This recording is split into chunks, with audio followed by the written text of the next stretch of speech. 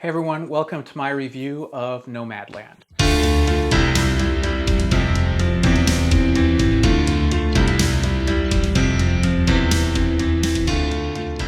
Alright, so I'm sure if you're watching this video, you've already seen the movie.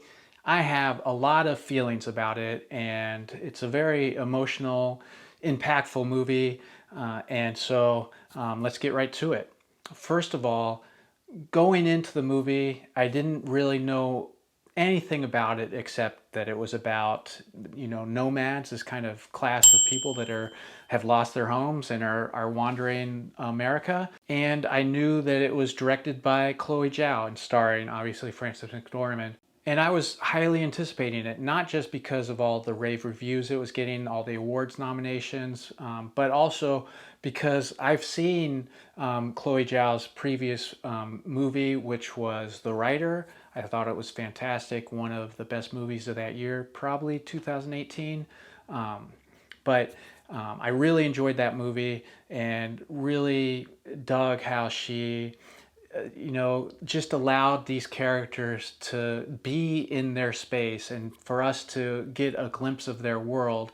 She did such a great job of taking these real people and telling their story while also creating a story. It wasn't a documentary, and so it's kind of this new form of filmmaking. And I have one other comp for both Nomadland and The Writer, and that is the Florida Project. I think that's what it's called, the movie with Willem Dafoe, where all of the kids in the movie are just real kids. They're kind of experienced with that life that they were depicting in that movie. And so you have this blending of real people in this, narrative story.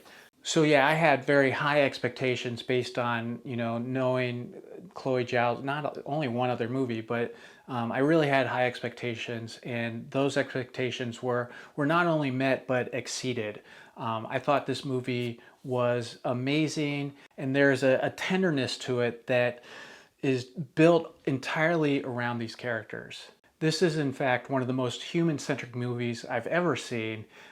These characters, because they're played by real people about the real lives they're living, felt so real and so like you really understood both the plight that they were in, the struggles that they had, but also the hope they had, and they could have made other choices, but the choices they did make were based both on circumstance and just something in their character, and it was a beautiful mix of that.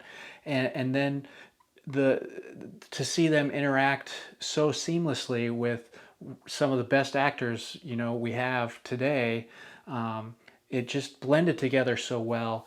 And at first I had kind of a hard time seeing Frances McDormand in that environment. It just there was felt like a separation. It's like, oh, this is a movie star with real people, and I was seeing that for the first 15, 20, maybe, I don't know at what point, but at some point you just forget. You forget that she's playing a character. It feels so real. Everything that's being depicted felt so real that you forget that she is an actor playing a role. And so that was really amazing. And so the main thing that I want to say in my review is that this movie is political not because it's trying to be political or it's trying to make a political point. It's political because everything is political, and anything that you do, any kind of art is going to be political in some way. There's always a political act involved, even if you have no intention of being political about it. That's just the way that you can, it's a lens through which you can see the world. And you don't always have to apply it, but it's always there whether you choose to apply it or not. Well, in this movie, it's really obvious, that political lens, and it's hard to ignore. And I think how you react to this story says a lot about you. And if your reaction is just, I don't get it, nothing happened, it was boring, I don't understand what the plot was supposed to be, there wasn't enough action going on or conflict or whatever it is, I could get that. You just, this movie didn't speak to you in that way. and there's nothing invalid or wrong or anything. We can't criticize someone for having that reaction. That's just their personal feelings about the movie. But if your reaction was that it made you angry and it somehow triggered you, you really need to examine that. I've seen some, very harsh reviews of this movie that there's cursing, and like this movie is just a sign of everything that's wrong with Hollywood and our society, and it's unfair how they're taking advantage of these people and all kinds of things that, first of all, I 100% disagree with, this kind of thinking. But also, if that is how you feel, then you need to, I just urge you, take a moment, think about why it's forcing that reaction from you, and, think about what your justifications are. And it seems to me, in seeing this kind of response, what I'm seeing is that these people are responding to the politics because they don't like the politics of it. Even though the movie's not advocating for anything, it's not offering a political solution, it's just highlighting what is out there. And if you choose to ignore it, it doesn't change the fact that it's there. And so if you're seeing this movie and it's angering you, and you can't come up with a coherent response about why it's angering you, and you just go on a screed about how effed up it is, you're certainly not contributing to the criticism in any meaningful way. You're just having a Twitter rant. And so if you do have a criticism about, the movie, or about how it was made or how it used the actors, then really think it through and have a reasoned discussion about it, because that would be valid. I'm not saying I would necessarily agree with you, but it would be worthy of examining and discussing it. But if you're just shouting at this movie because it makes you angry, I think you need to think about why it is. And so I want to highlight two big takeaways for me after watching the movie. The first thing, I watched this movie and I just want people to stop blaming the homeless and the poor for being poor and homeless. Even when they have contributed to their homelessness or their poverty, it is not for lack of hard work or desire to work, or it is not for any flaw in their character. It's just that when you have flaws and you are put into a position of poverty, you have so much less chance of overcoming it than someone who doesn't have those problems. And so let me explain what I mean. If you are dealing with mental illness and you have come from a stable family with a stable income, and you have the support around you to help you deal with that mental illness, you're able to get medication and whatever, then you are much more likely to overcome that than if you are poor. The same with addiction. It's really easy to blame the homeless for being addicted.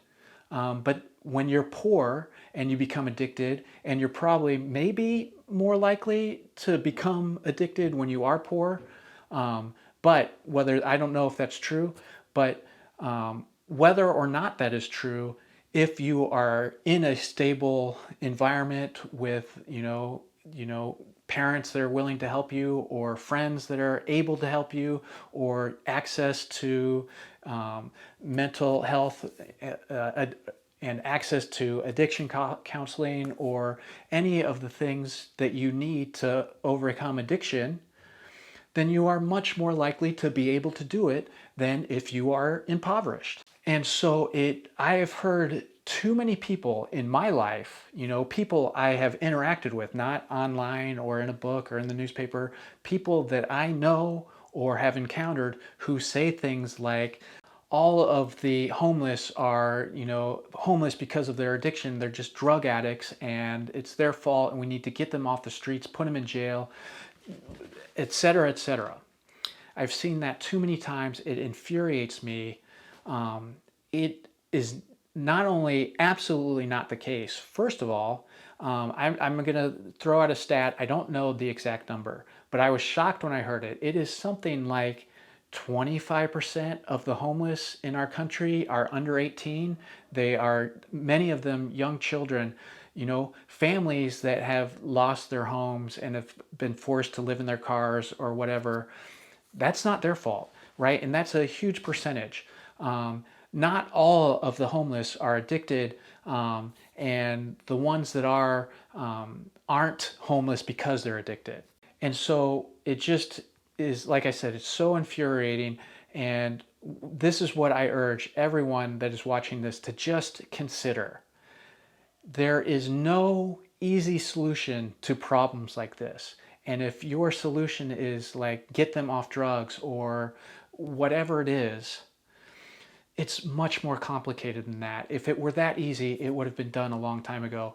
Complicated problems require very complicated solutions, and it's going to require a lot of money and effort and coming together to solve problems like this. And so watching this movie, that is one of the big takeaways I had, that these people are in this situation. Maybe they made some bad choices, but we've all made some bad choices. I've made plenty of bad choices in my life, and I'm not homeless because I had advantages that allowed me to overcome my problems. And I had a network of people to help me get through the problems that I've had.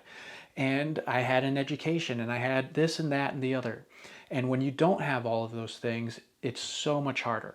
And even if you had access to a lot of those things, and maybe you still couldn't overcome the problems because maybe you're dealing with problems like mental health that again are no fault of your own. And so this is another thing that this movie made me think of, is just like sometimes, not sometimes, always, our lives are so fragile. And it's, any little change could send us off spiraling in the wrong direction. If I had done this, if I had been caught when I was, doing this stupid thing when I was 16 years old, how different would my life be? Or, and then, think back and say, oh, if I were black and I made that bad choice and got caught, just think about how much more difficult your life would have been. And so it's just like our lives are so fragile, and one, bad choice can send you spiraling in the wrong direction, and it can be really hard to get out of that. And once you're like down at the bottom of the well, it's so difficult to climb back out. And so, back to my original point, just stop blaming the victims of poverty for their poverty. It is not their fault. And the other big takeaway I had from this movie is that our government should be helping us. It shouldn't be up to this network of other impoverished, mentally ill, injured, struggling people to band together and find their own solution. It's beautiful that they are doing that. And if they had the opportunity to get out of that poverty, to have a home, to find meaningful work that didn't involve them moving around, and then they made that choice, then that would be very different. But if they are forced into making that choice, that is unfair. And again, I think what this movie did so well is it was showing you that this character, the central character for Fern, she had certain points where she was offered this, oh, come live with me, come stay with me, and she kept saying no. And it could be, I think, a more cynical person would look at that and say, well, this is her pride preventing her from making the right choice.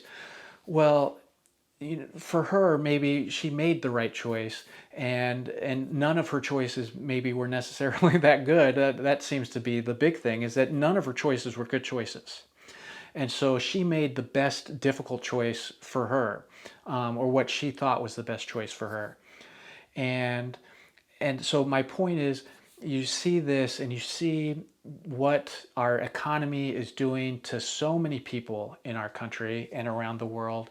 And you see you know, how these big corporations are making so much money and have so much power based on, you know, the labor of these people, that they are clearly taking advantage of their poverty to force them into the most menial of jobs at, you know, terrible pay. Our government should be doing more to help. And it's not wrong to expect our government to do more to help. We're not going to solve these problems without our government helping us. We can't rely on individuals. There's a lot of individuals trying to help, but they can't do it as individuals. And there's organizations and NGOs that are trying to help, but there's not enough of them, and there's not enough power behind them to create meaningful change. There's too much in the way for them to do it themselves. You certainly can't trust big corporations to solve all these problems, and you can't trust billionaires to solve all these problems. The only way these problems are going to get fixed is if the government helps, and the government makes changes, and they force us to make systematic change that's going to protect the most disadvantaged. And without government intervention, these problems are only going to get worse. And so we can have a very meaningful debate about how the government should help. What is the role of government? Should it be federal government? Should it be local government, state governments? Should it be government corporate partnerships? Should, you know, those are all worthy debates, but we have to come together and just acknowledge that the government needs to play a role, and we should expect the government to play that role. And it's not, the government is not a curse word. It's not something to be feared. Government done right can help us all.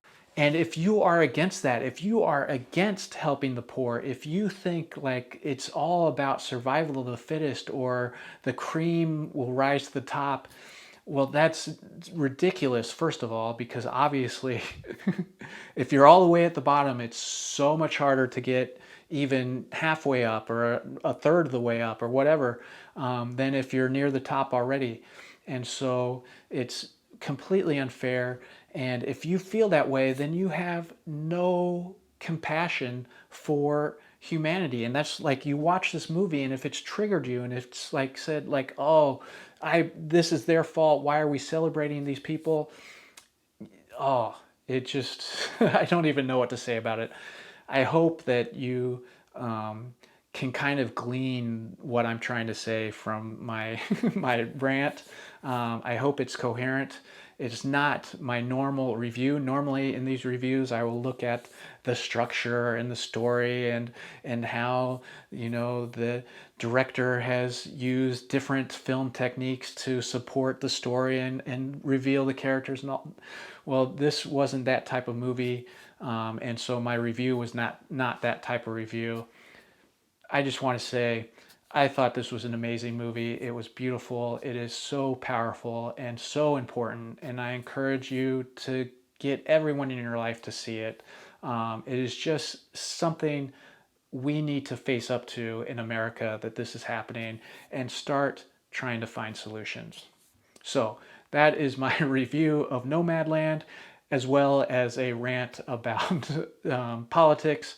If you like movies, if you like talking about movies, you like watching other people talk about movies, please subscribe to my channel, and hopefully I'll see you guys again next time.